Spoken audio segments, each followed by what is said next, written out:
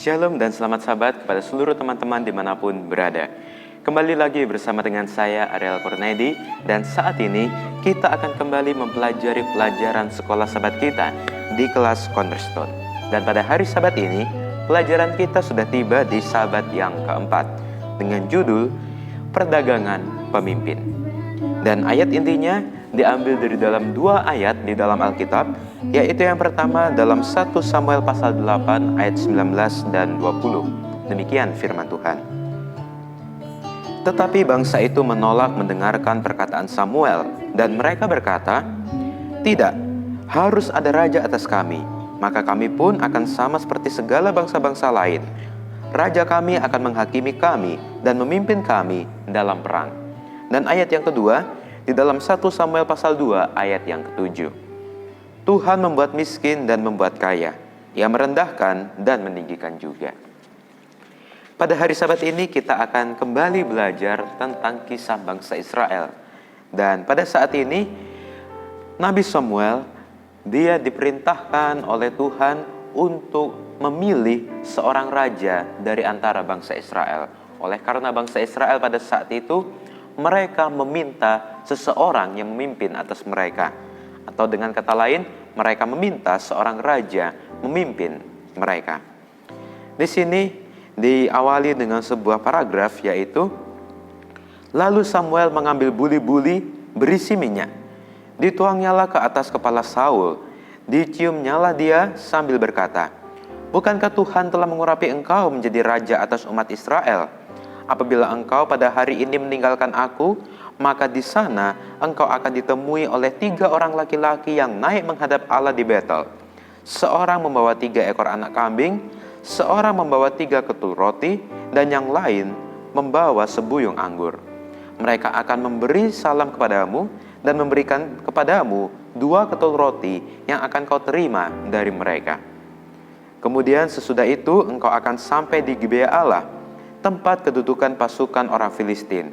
Dan apabila engkau masuk kota, engkau akan berjumpa di sana dengan serombongan nabi yang turun dari bukit pengorbanan dengan gambus, rebana, suling, dan kecapi di depan mereka.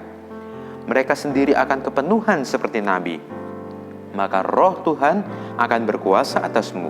Engkau akan kepenuhan bersama-sama dengan mereka dan berubah menjadi manusia lain. Apabila tanda-tanda ini terjadi kepadamu, lakukan apa saja yang didapat oleh tanganmu, sebab Allah menyertai engkau." Kemudian Saul berpaling untuk pergi meninggalkan Samuel, maka Allah mengubah hatinya menjadi lain. Dan segala tanda-tanda yang disebut oleh Samuel tadi terjadi pada hari itu juga. Nah, itu adalah kisah bagaimana Samuel mengurapi Saul untuk menjadi seorang raja. Tetapi bagaimana kisah sebelum itu? Bagaimana kisahnya sehingga Saul bisa dipilih menjadi raja dari orang Israel? Kemudian Samuel mengerahkan bangsa itu ke hadapan Tuhan di Mizpah, dan ia berkata kepada orang Israel itu, "Beginilah firman Tuhan Allah Israel. Aku atau Tuhan telah menuntun orang Israel keluar dari Mesir dan telah melepaskan kamu dari tangan orang Mesir dan dari tangan segala kerajaan yang menindas kamu. Tetapi sekarang kamu menolak Allahmu yang menyelamatkan kamu dari segala malapetaka dan kesusahanmu dengan berkata, 'Tidak, angkatlah seorang raja atas kami.' Maka sebab itu berdirilah kamu di hadapan Tuhan menurut sukumu dan menurut kaummu." Kemudian akhirnya Samuel menyuruh segala suku dari antara orang Israel tampil ke muka, maju ke depan. Maka didapati suku Benyamin. Setelah semua suku berkumpul, Samuel mendapati suku Benyamin. Kemudian dari suku Benyamin itu suruh maju lagi ke depan dan tampil ke muka menurut kaum keluarganya. Dari suku akhirnya menjadi kaum keluarga. Dan dari suku Benyamin itu maka didapati kaum keluarga Matri. Ya, dari seluruh orang Israel, semua suku maju ke depan. Didapati suku Benyamin. Dari suku Benyamin akhirnya didapati keluarga Matri. Dan akhirnya dari seluruh keluarga Matri itu tampil seorang demi seorang maju ke depan. Gantian dari seluruh kaum keluarga Matri ini. Maka didapati Saul bin Kis. Tetapi ketika ketika Saul ini dicari, ia tidak ada ditemukan di sekitar mereka. Sebab itu ditanyakan pula lah kepada Tuhan, apakah apakah Saul itu juga datang kemari? Kemudian Tuhan menjawab, sesungguhnya ia sedang bersembunyi di antara barang-barang. Oleh karena Saul merasa dia tidak sanggup, dia tidak bisa, akhirnya dia takut dan dia bersembunyi di antara barang-barang. Nah, kemudian ketika mereka mengetahui bahwa Saul sedang bersembunyi, maka berlarilah orang ke sana dan mengambilnya Saul dari sana.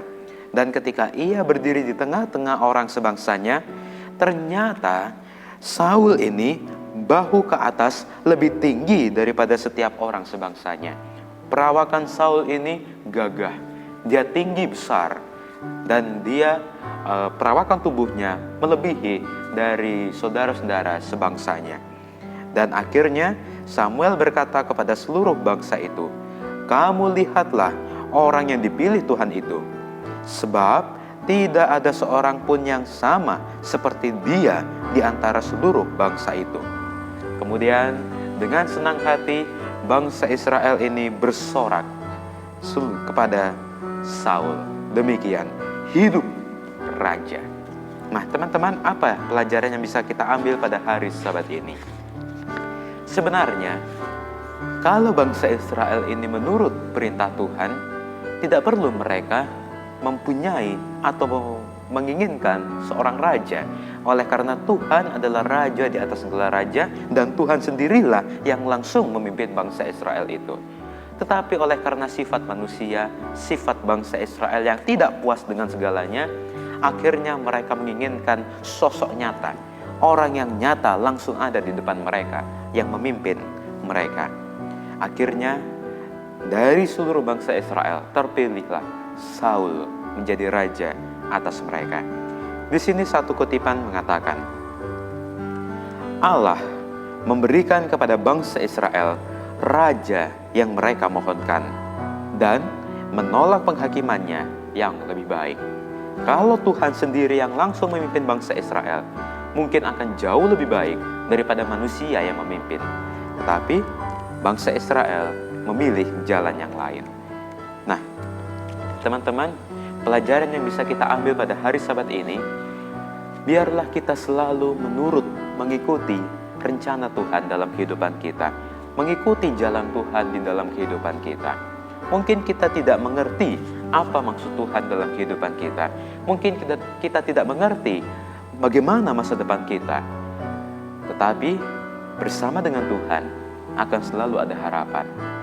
Dan kiranya kita selalu bersama dengan Tuhan, berharap pada Tuhan di dalam kehidupan kita. Jangan seperti bangsa Israel yang selalu merasa tidak puas dengan apa yang sudah mereka miliki, apa yang sudah mereka dapati, apa yang mereka sudah jalani.